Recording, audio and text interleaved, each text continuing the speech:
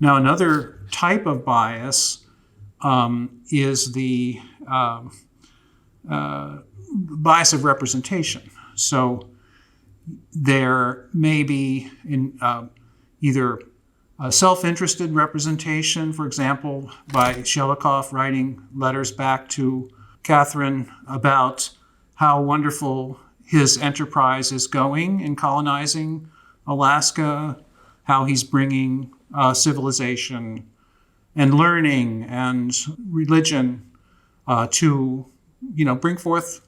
It's his mission civilisatrice.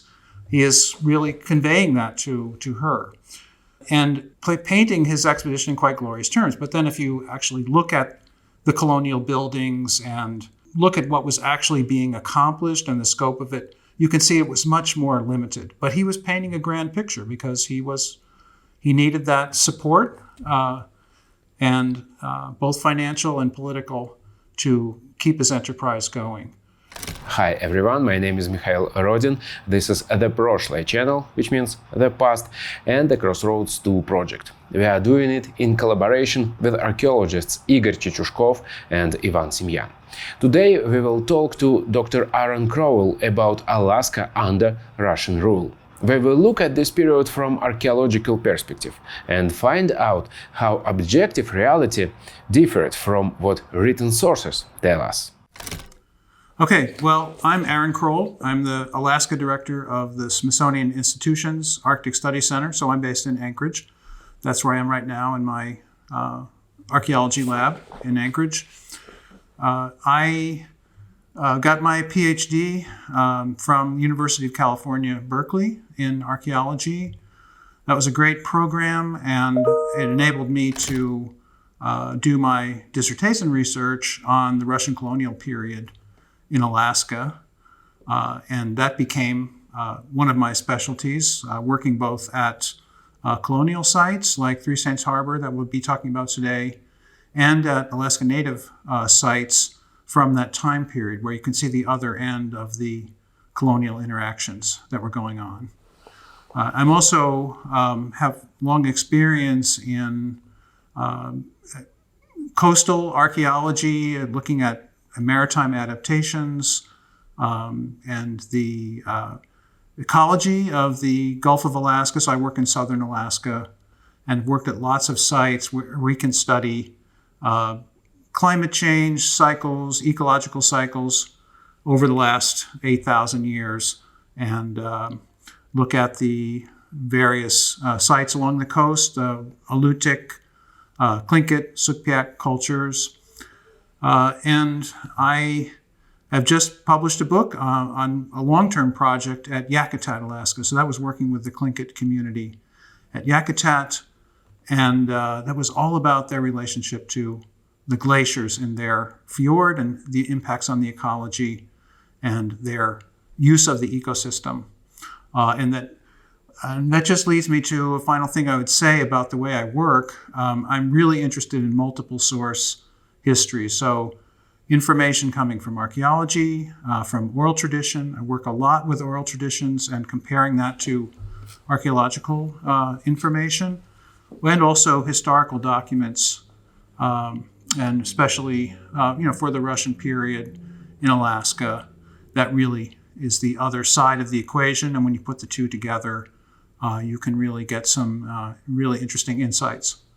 So that's a little bit of my background.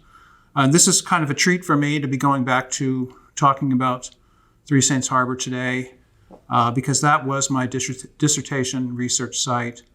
And you may be familiar with this as the first colonial settlement that Grigory Shelikoff set up in 1784. What written historical sources are available for studying this period of Alaskan history? Excellent. Yes.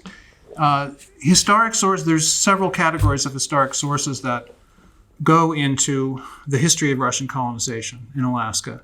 And of course, initially moving across the Aleutian Islands chain, eventually reaching then Kodiak Island and mainland Alaska. So we have early exploration reports going all the way back to Bering and Shirokov in 1741. We have lots of reports and correspondence and official accounts by colonial leaders such as Shelikoff and Baranov.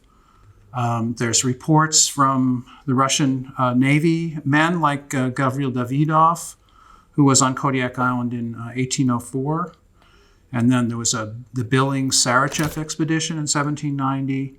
Lysiansky, 1803. There were a number of other expeditions that reported on in that case, the early stages of the Russian settlement.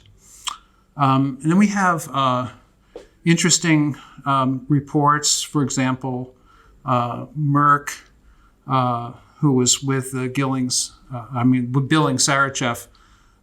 He was more interested in both natural history, and he recorded a lot more about the native cultures than a lot of other people did. We also have documents from Russian Orthodox priests, including Yon Vyaminov in the Aleutian Islands, who had a lot to say about how colonization was affecting the people of the islands. We have a priest named Gideon who was part of the original missionization on Kodiak in 1799 and who left an ethno-historic account of the people. And there's administrative reports, Klebnikov, his notes on Russian America. We have census data, charts, fur production reports. So there's a lot of archival and published information. And then I also want to mention both Russian and American historians and ethnohistorians who have really gone into the archival record in a lot of cases. V.N. Burke really wrote about the early history of the Aleutian Islands. Okun, Svetlana Fedorova, Basil Dmitrichin on the Russian side, and then some pretty well-known American scholars, Lydia Black, Richard Pierce, James Gibson, and others who really spent a lot of time working in the Russian archives and really putting that together in some excellent publications. And then there's also reports from explorers from other nations that arrived by ship in the Russian-American colony and made reports. We can go back to Lopez de Haro, who was exploring for Spain, right? That was in 1788, so very early stages. He was basically there reporting on what the Russians were doing. It was a kind of intelligence gathering operation, and he visited Three Saints Harbor. And there were several other Spanish expeditions to Alaska. And then I wanted to mention James Cook for England, who was in Alaska in 1789 and left a lot of very interesting observations about he and his other crew and officers on his expedition left a lot of great information about how Alaska Native people were faring under Russian rule. So, and then finally, fortunately for me and other American scholars, many of these sources have been translated into English. My Russian reading skills are very weak and slow, but because of work of Richard Pierce and others, Lydia Black, many of these original sources, primary sources, have been translated into English and made it possible to benefit from this scholarship. How do the written and archaeological sources complement one another in understanding this period? I think the comparison of archaeology and these written sources that I've been mentioning and what can they tell us, it's absolutely fascinating, the contrast between the two. And very broadly, archaeology is often a way of overcoming observer bias. So you have various literate military officers and colonial officers living and working in Russian America. And if you consult their written accounts, they almost entirely concern the leadership of the colony or the elite status people in the colony. Very little information in most cases about either the indigenous people or the Russian workers. And so just in a very broad sense, those people may be largely invisible in the written record, but then you can see much about their lives from the archaeological record. Now, another type of bias is the bias of representation. So there may be either a self-interested representation, for example, by Shelikoff writing letters back to Catherine about how wonderful his enterprise is going in colonizing Alaska, how he's bringing civilization and learning and religion to, bring forth. It's his mission civilisatrice. He is really conveying that to her. And painting his expedition in quite glorious terms. But then if you actually look at the colonial buildings and look at what was actually being accomplished and the scope of it, you can see it was much more limited. But he was painting a grand picture because he needed that support and both financial and political to keep his enterprise going. Also, we see a lot of prejudice in how these literary observers characterized indigenous people, for example. Or the Promyshlenniki, the Russian workers, they were often characterized as, very, very low, very dirty. They'd become nativized. They were fairly useless, and it really wasn't that much to say about them. So we can overcome that sort of bias as well. But another thing about archaeology is that it's characteristically, it's unintentional. It's an unintentional record. No one is leaving artifacts in the ground as a message to the future. And so what you're getting is a kind of objective record. You could look at it as a kind of currency of human interaction that's being deposited in the ground, and that you can look at that. It's a map of interaction because people organize themselves spatially. And so you can see behavioral systems, even ideologies, expressed in material terms, expressed in the archaeological record. And often these are things that the people at the time were completely unaware of. It wasn't in their conscious minds, just as none of us are. We have very limited awareness of our own culture and why we do things and how we think. And so it's just a different lens on what was going on that plays out in these archaeological deposits. And of course, there's a number of drawbacks. Archaeology, on the other hand, is mute. Very seldom does it tell you anything about a particular individual. Instead, it's like an accumulation of collective behavior. But if you combine that with the other types of knowledge, including oral traditions and written documents, drawings and photographs, all of that, you end up with a really enriched record. And so I think the archaeology contributes to our picture of Russian colonialism in many, many ways. I wanted to mention one sort of paradox. If we are looking at, and we'll be talking about the site, but if we look at the headquarters building, that was where Shelikoff and the other colonial leaders had their quarters, and we have accounts of that.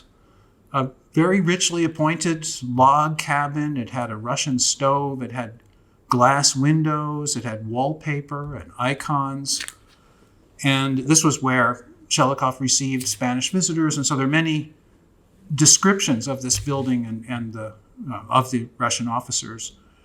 And yet, when we excavated that building, the material record of the kind of life they led was pretty limited.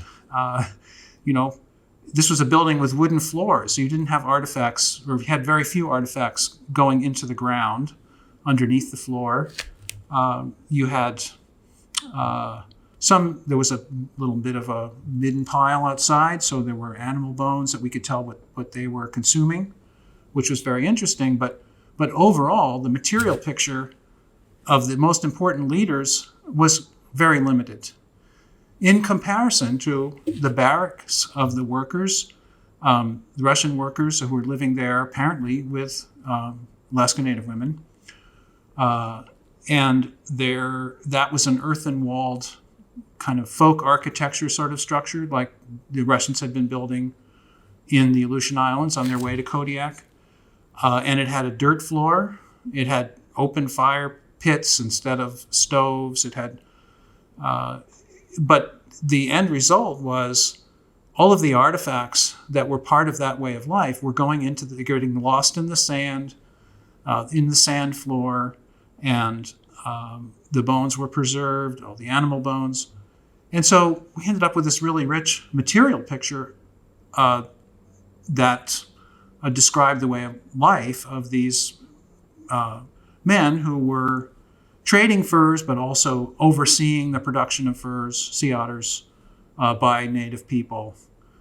And so it's just the record of that way of life through their tools, the trade items that were there, even items suggesting their clothing, and certainly their overall way of life, very richly represented in the archaeological record, when these were the lowliest or among the lower ranks of the Russian colony.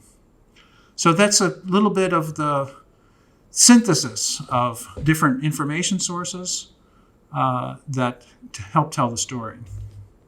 Which specific archaeological sites are you referring to in this context?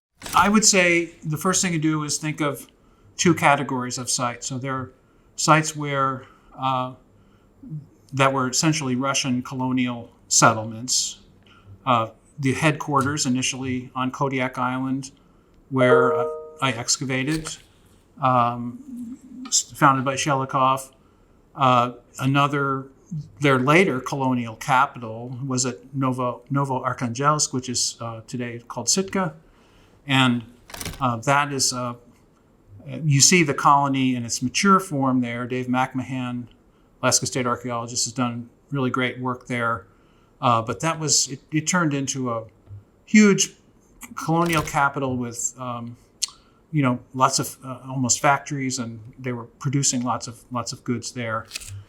And then you have other smaller Russian occupied sites, including artels, which are the essentially workstations, where you might have one or two promushleniki who were supervising either women or men who were producing food for the colony, who were out getting furs, even doing things like whaling for food. And so that's another, for example, on Kodiak Island, there's been great work there on an artel that is at Awa'uq Island. And so and then I'll mention finally Fort Ross down in California. So the Russian colony extended down to California and even to Hawaii in its later stages. And Fort Ross was seen originally as an agricultural production colony down on the California coast and near the Russian River. So really interesting work has been done there by Kent Lightfoot, who was my advisor at Berkeley. And he really initiated, I think, the archaeology of Russian colonialism by his extensive studies there, both in the Russian part of the site and then the surrounding areas where Russian workers lived and native Pomo settlements, Pomo and Miwok indigenous people. So, and then if you look back to Alaska, if you look at sites from the Russian period where Alaska Native people were living, we have a number of smaller sites where you find Russian trade goods. We can date them to this particular period between the 1740s and 1869, when the territory was ceded to the U.S. And so I have worked at several of those sites myself. Really interesting early contact village site in Awa'uq Bay, where I've worked and published. Richard Connect did really interesting, and Richard Jordan, really interesting excavations at Nukanakanuck, which is on Kodiak Island, 1840s native settlement. And so that's looking at the other end of the spectrum to see how native people were faring. There's been some interesting excavations in the Aleutian Islands as well. Doug Veltri on Atka Island, excavations there in Alaska. So, and there's a kind of an interesting overall picture there too, that reflects how the colony as a whole was operating. And since we are talking about artifacts and trade goods, the interesting thing is that in Russian America, the areas that were really controlled by the Russians, including Kodiak and the Aleutian Islands, you find the least trade goods in those areas, precisely because the regime was either forced labor or essentially fur taxation, and trade goods, only minimal trade goods were needed for that sort of extractive system. And whereas in other parts of southern Alaska where there was less colonial control, the Russians were using more of a trade system. And so it's almost the farther you get away from a place like Kodiak or Sitka, the more trade goods you'll find in Alaska Native sites, because they were trading very much the same way that other people, native people of North America, traded with the British and French on what Wolfe called a commodity peonage system. It's basically you provide lots of trade goods for furs, and native people are autonomous. And you can see that in the archaeological record. Whereas in these areas of the zone of control in Alaska, very few trade goods because people were basically not being paid for their work. So that's just a really interesting general pattern. It was one of the sort of hypotheses that I went into my research with, sort of suggesting that there'd be a high import content of material that was coming from Russia through Okhotsk, and that's going to be really high in colonial sites and in native villages that are far away from the colonial capitals, whereas they can be very, very low in sites in the Aleutian Islands and Kodiak, where control was really strong, and you had primarily an extractive labor regime. How did the attitudes of the colonial powers towards the local population differ between the western and eastern regions of North America? Yes, so there was a great deal of difference between, we could say, the Atlantic focused colonization of the Arctic by primarily Britain and France, and then the Pacific focused colonization coming from Russia and across Siberia. And on the Atlantic side, there was a connection to really the world center of industrialization was in Europe, or what has been called the core of the world system. And in that meant that you could supply lots of trade goods to support your fur trade in North America.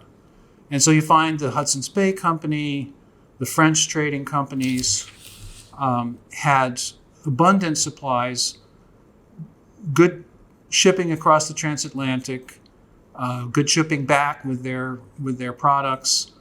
And so you had a very, Eric Wolfe, who was influential in the way I conceived my work, and called that a commodity peonage system. So people are working for trade items, they're exchanging furs, and exchanging furs for trade goods, everything from guns to beads and metal tools and tobacco. But they're remaining autonomous. The British and French did very little to actually control indigenous people in the North American Arctic. So, but then if you look at the other side, the Russian system, Russia itself was considered not part of the European core by Emanuel Wallerstein, his analysis of the world system. They were considered a semi-peripheral country just because of lower manufacturing capacity. And when it came to colonization, the sources of those trade goods were much farther away. They were across the whole landmass of Siberia. That you had some manufacturing in Irkutsk, but still to get everything to the east coast of Kamchatka to ship over to Alaska, that was a long and expensive journey. And so as a result, you see comparatively few trade goods being used in the Russian system, and the result, the type of colonial system was what Wolff called tributary extraction. So initially, there was an imposed fur tax. Basically, all Aleutian Island settlements had to produce X number of sea otter and fur seal furs per year, and that was mandated. They had to do that. There was fairly strong military control of the area, and similar things happened even after the official fur tax was ended in 1788. Still, you had mandatory labor, and in the Russian-American Company Charter, it's all spelled out. You know, men and women have to work for the Russian-American Company, and they're not going to get much reimbursement for that. So it was more of a coercive system, and fewer trade items were part of the exchange. The key site is the Russian settlement at Three Saints Bay on Kodiak Island, which you have explored. What role does this site play in shaping the historical narrative? The Three Saints Harbor site is located on the east side of Kodiak Island, so just off the south coast of Alaska. And this Kodiak had the largest native population in the whole region, and it was recognized early on as a place that really would be a primary production area for sea otter furs. And then you had a large native population to carry out the hunting. And so there were several Russian expeditions before 1784. They were all effectively repelled. Their ships burned, their men killed by people on Kodiak Island. But Shelikoff managed to get a foothold on the island in 1784 with his expedition. He overcame a large native force that was gathering on a nearby islet to attack him, but he had cannons and won that battle. And so the site itself is located in this little harbor, a very nice protected anchorage for the ships, a low beach that was conducive for building. And then, so they built their initial settlement there, including a number of different colonial buildings, the Russian headquarters building, which was a large log cabin. There were 5 or 6 other log cabins that were home for company officers. Then there were earthen-walled dwellings that were occupied by both native workers, a few native workers or hostages on the site, and then by the Russian Pomyshleniki. And so our approach to this, and we have a wonderful drawing of the site from 1799, I think it was, Luca Voronin, who shows all of these buildings. So we have a perspective drawing from a ship anchored out in the harbor of the settlement. And what we were able to do was to find the footprints of those dwellings in the ground. And they're shallow pits in some cases. In other cases, we located them using magnetometer scanning of the site. And we were able to identify the headquarters building, which it had a stone foundation. You can see in this image. And we excavated the entire interior and then parts of the exterior, and we found midden and a bread oven, for example. And then also excavated this Promyślenniki barracks. And so I think I mentioned before the very different types of artifact assemblages that came from those. And, but then going on with the history of the settlement, it didn't last that long as the headquarters of the Shelikoff-Golikov Company, because there were several earthquakes and the land started sinking, and they fairly quickly moved the headquarters to Pavlovsky or St. Paul, which is where the modern city of Kodiak is now located. And so the site itself was not really used after about 1805. So it's a pretty tight window. It's about 1799 or 1784 to 1805, where people were actually living there. And then there's a second site, which is where most of the native workers and hostages lived, which is on the north side of this little harbor, called the Artel site, and it essentially was an artel. I didn't get to work there, but Don Clark, who's another well-known Alaskan archaeologist, did some test excavations there and identified this as the place where the workers lived. And one of the things you see in all the Russian colonial sites where there are Russians in residence is there's always a separation from the native workers, whether you're in California and they're Pomo and Miwok workers, or you're in Alaska and they're Sukpiak workers from Kodiak Island, or Awa'uq people from in the Aleutian Islands. The Russians were very concerned about the danger that they would be attacked. And in fact, Russian colonial settlements were attacked and destroyed in several instances, including at Yakutat in 1804.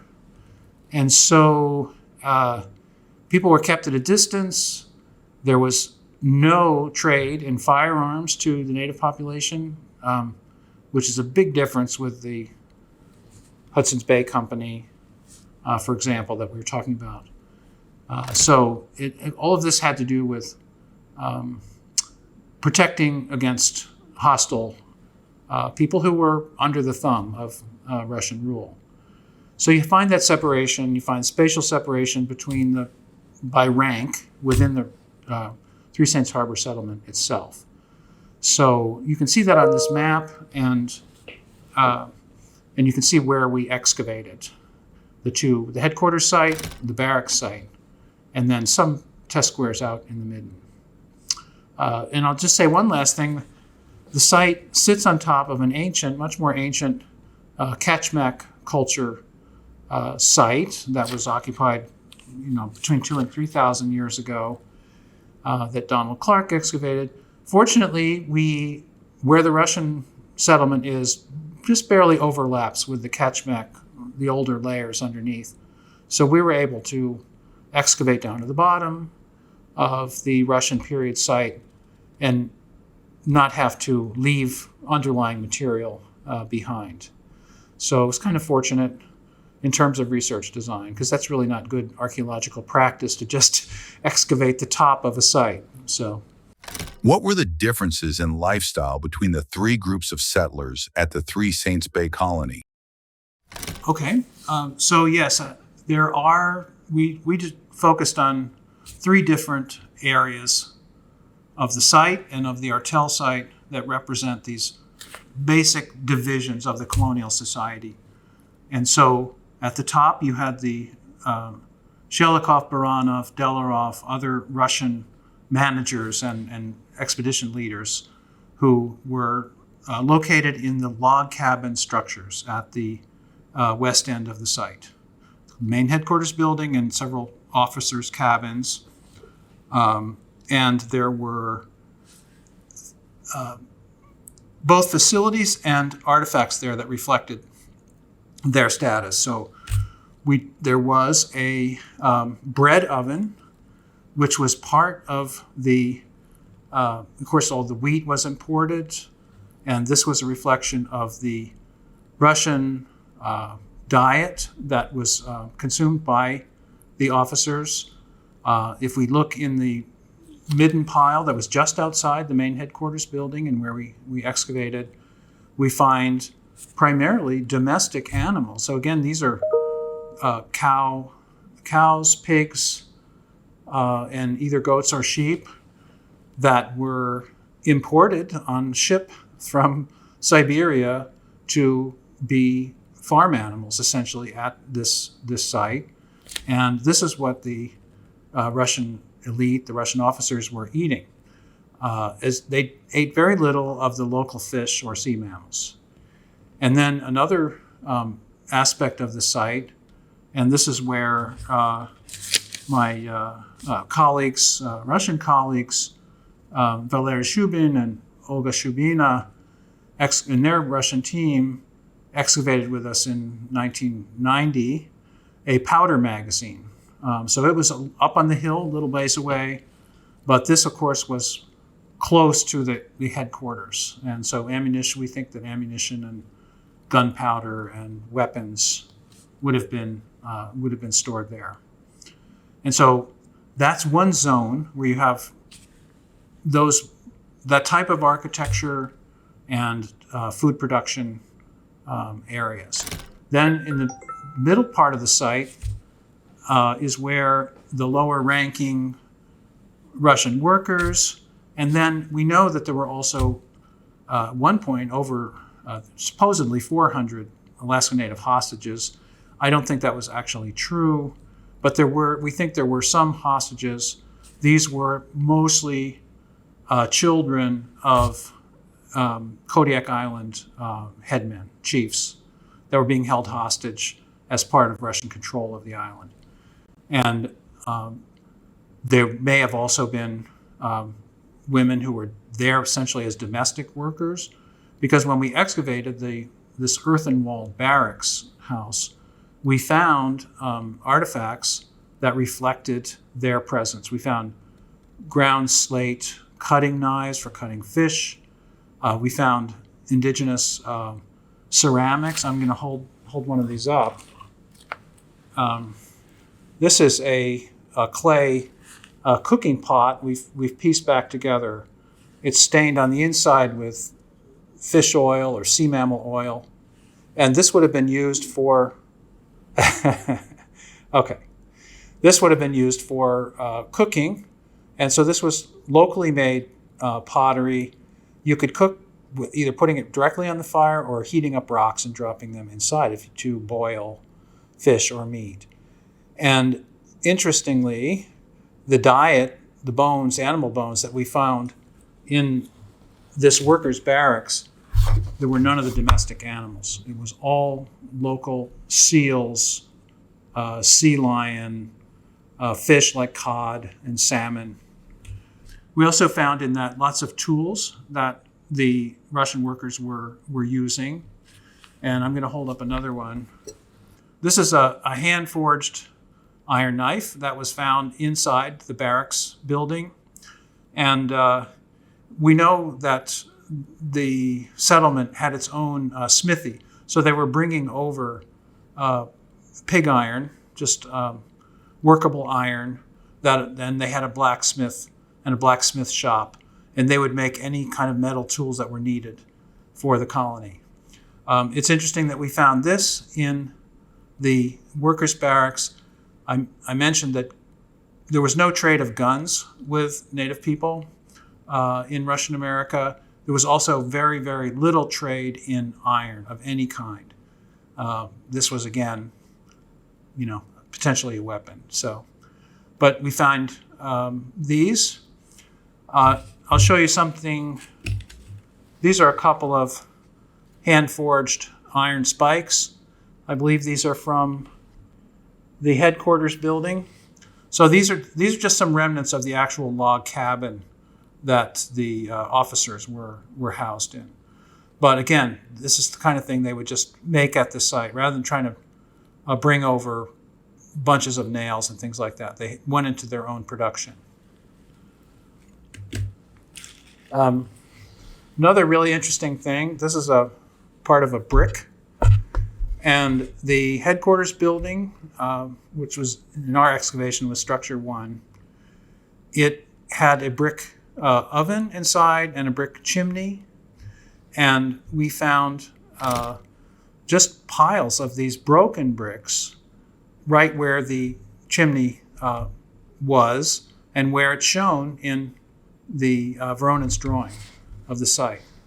And so there were no bricks anywhere else on the site. So this is another example of the different material culture of the officers at the site, was that they had the brick settlement. And I forgot to mention one other aspect. You know, when you build a building with valuable materials like brick and iron and timber and, you know, all the furniture inside, all of that gets taken away, gets salvaged at the end. And so it's another reason why we don't find much for the higher status buildings left. And we didn't find any whole bricks, but we found hundreds of these pieces. These were not salvageable. But there's that. And then I wanted to mention, I mentioned firearms. So this is a musket ball. There were lots of musket balls. And the Russians were well armed. They also were clearly making their own ammunition. Some of these are, they had a sort of drop tower method of making ammunition.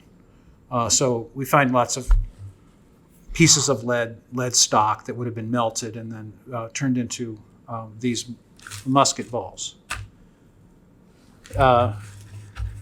This, musket ball's rolling away there. This is a padlock. This is pretty amazing find. So this is your 1780s model of Russian padlock. It was obviously there to lock up something valuable. So I'm not sure where this was found because this is from Donald Clark's earlier work back in the 1960s at the site. But he sent me some of the artifacts he found. So this is a pretty amazing find. And then just a couple other pieces, including some trade items. So I don't know if you can see this very well. It's a ring made of copper. And so trade rings were one of the types of trade goods. These are cheap, inexpensive, easily manufactured trade items that were used even on Kodiak. And then finally, we did find hundreds of glass beads. I have to get this.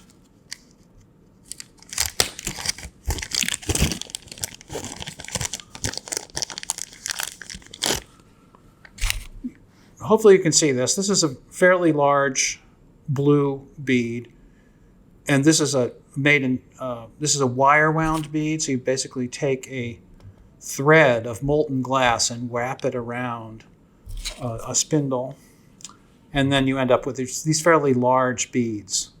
And these were made in China. And interestingly, a lot of the Russian trade goods were actually made in China, and they had a big trade going on at Kyakhta with the Chinese, especially for glass and beads and I believe tobacco and a few other things that were useful in their colonial trade. So this type of bead is a big mark of the early colonial period. Later on, they were sourcing their beads from Europe, and they're very different style. So, and then just one last thing. We found some interesting ceramics. This is a piece of pearlware, 1790s vintage ceramics. So these are rare on the site. You can imagine you're not going to worry too much about supplying the colony with fine dining china. But there were a few on the site, probably from used by the officers. So that just gives you a brief idea of some of the different types of artifacts that we found, and what they could tell us about the personnel at the colony. What discoveries were made at the Artel site? The Artel site, there's a group of house pits there. It has not been well investigated, but there are, basin-shaped house pits that are classic indigenous architecture for the island. And and there's quite a few of them. You can easily imagine a couple hundred people living there at that site. And they were, of course, essentially under Russian guard, and there at hand to be going out from there to hunt sea otters and gather all kinds of food, from berries and plants to hunting all kinds of different animals, and fishing to supply the colony. And so the workers lived there, and we don't know a whole lot about it. Donald Clark did a test pit there, and he did find a few items identifiable as Russian trade goods, a few beads or something like that. It would be a wonderful site to do more work at. And I will mention one other site. I mentioned the conquest of Kodiak Island, and when Shelikoff first came, the battle that he had with the gathered forces of Sukbek people. And that site, which is on top of an offshore island, or it's really quite small, an islet. It's connected to the mainland by a sandbar. And it was a fortified site. People could live up there. It was a kind of place that was built as a refuge when you were under attack. People went there from nearby villages and then from other parts of Kodiak Island and gathered there on top of this rock. And I believe in Russian it's called a kekur. And this is where Shelikoff attacked the gathered forces of several hundred people, and he was able to attack them with cannons, and apparently a lot of people just committed suicide by jumping into the water, down the cliffs. And that site has been excavated, and it was quite interesting. It showed that people had spent time there before because it was a place they had retreated when they were being attacked by other native groups, which was pretty common in the Gulf of Alaska. But then there were also some artifacts from the battle itself. I believe some musket balls and cannon shots. And so it was kind of another really extremely important site. In the island was called in the Sukstan language was Awa'uq, and it really meant basic place of grief or despair. And in the Russian maps, it was renamed to Razbitoy Kekur, which I understand means to break, was where we broke them on this island. And so that's a tragic story, and it's another example of an extremely important archaeological site for investigating the colonial period. Can we say that colonization, as revealed through archaeological evidence, was far more brutal than it was depicted in written sources? Well, yes, the written record of the brutality of the forced labor in the early years of the colony. I mean, they went through a reform period after about 1820. The written sources quite casually mention various battles. I mean, especially Baranov was writing about the battles that he had to fight to overcome resistance from native people, especially the Tlinkits. Another interesting thing about those accounts is how effective they found the indigenous weapons as compared to their muskets. As you can imagine, in a wet climate like Kodiak, trying to keep your powder dry and your musket reloaded in the middle of a fight was quite difficult when your opponents were wearing armor that could actually stop musket balls. They had rapid fire bows and arrows and spears they could send with a spear thrower. And Baranov lost several battles because he basically was outgunned. But so there are accounts. There's accounts of the Aleutian Islands uprising, which destroyed some Russian fur traders in the 1760s. I forget the exact date. So we do have written accounts about the resistance and the domination, the actual fighting. And we have a few sites, archaeological sites, where such events are recorded. And the Awa'uq is one on Kodiak Island. There was also one of the battle sites in the Aleutian Islands, or a house that had been burned down. It's associated with the Russian battle, was excavated. But for the most part, that's essentially better represented in the written record than in the archaeological record, actually. Although you do see, at Three Saints, for example, you see plenty of evidence of the Russian weaponry through their ammunition and gun parts that we found, for example. So we know they were well armed. And that was really, Shelikoff was the first well-armed expedition. He knew he had to be well prepared to fight a fairly large native population when he set off for Kodiak. Oh, and then you mentioned, and I'm sorry, you mentioned the kind of the forced labor aspect of it, the brutality of it. We know that was significant. I would say especially in the Aleutian Islands and on Kodiak, the Russians, demonstrated the power of their firearms. They were able to exert pretty much total control over these native communities. They put local headmen in charge of fur production, but they also were holding hostages of the elite families in the Aleutian Islands and on Kodiak. And when James Cook, for example, arrived out in the Aleutian Islands in the late 1780s, and he visited Russian settlement at Awa'uq, which is near modern-day Unalaska, and it was a fur trade production Russian settlement, and a few other villages there, and he reported on the miserable condition of the native people. They really were overworked.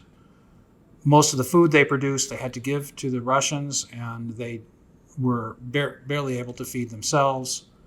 And so they really were suffering under colonial rule and knew well that anyone who got out of line would be killed. And so it really was fairly harsh. Then there were reforms that came about in part because of the Russian Orthodox mission. The priests on Kodiak, after 1799, when that was established, began advocating for the rights of the native people. And they actually had some sway. And there was then a Navy report on the conditions in Russian Alaska that led to reforms and move towards less of a forced labor regime than a building up a colonial population where you took advantage of the Creoles, the people who had usually Russian fathers and native mothers, and they were elevated in their terms of society. There were educational efforts. Quite a few people on Kodiak especially were taught both Russian and to write in Russian, but then they also applied the Cyrillic alphabet to recording their own language. And so the Creoles were sent to be trained as navigators and various other kinds of craft specialties. And so the colony evolved, you could say, to a more mature and more benevolent type of regime in the last several decades of its existence. Is it right to say that cultural interaction was directed in both directions, that not only did the indigenous population undergo cultural transformation, but also the Russian colonists adopted local cultural forms? Yeah, the question of acculturation is a very interesting one. And I think it really went both ways in Russian America. So we see the interesting fact that although the Russians were very well equipped with the technologies of their culture, from firearms to clothing to ships, on the other hand, they also found some of the indigenous technology to be extremely useful. For example, seal intestine rain jackets, light, waterproof, just beautifully adapted. And they had the native women make these for them. They had them make various kinds of skin clothing, but then also bird skin parkas. And so if you really wanted to be warm and dry in Russian America, you wore native clothing instead of your canvas greatcoat or whatever sort of fur clothing you came over, cotton clothing. And so that was one area. The Russians recognized that the native watercraft, the kayaks and umiaks, were just really advanced technologically. And it's an interesting fact that the Russians, who are used to hunting and trapping furs all the way across Siberia, doing it themselves, they did not ever really undertake to catch sea otters themselves. They saw that it took indigenous technology, indigenous weapons to hunt sea otters. They're very elusive. You can hunt them in a kayak with a dart thrower or a bow and arrow. And so I would say there was acculturation in the direction of Russians adopting indigenous technology at the same time that they were teaching religion and language, and that was their part of the exchange. And of course, there was quite a bit of acculturation towards Russians on the part of indigenous people, especially in the really high contact areas like Kodiak and the Aleutians. And then through intermarriage, of course, then you had a whole intermediate stratum of the colonial society that was bicultural and bilingual. Well, I would say it's been interesting for me to have this opportunity to talk about the research that I did 40 years ago for my dissertation at Three Saints Harbor in Kodiak Island, to recall what a wonderful project that was in terms of being able to work with Russian colleagues at this Russian colonial site and with the Kodiak Area Native Association. It was really a meeting of cultures to excavate this important site. And we had quite a large camp and just a very, very interesting cultural exchange that was going on between us at the camp. I remember Larry Shubin giving lectures, and we even had a slide projector and a screen and everything in our big tent, and everyone out excavating and recording their notes. And we just had really interesting cultural exchange all day, every evening. So I hope they have as fond of memories of that time as I do. And I know that a lot of the younger Kodiak Island Native people who were there as high school students or college students who came to join the project and help us. I know several of them went on to careers in archaeology and museum work. And so it was a chance to see that new generation of Native scholars be interested in this topic. So I think it sprouted some really interesting branches from that original work.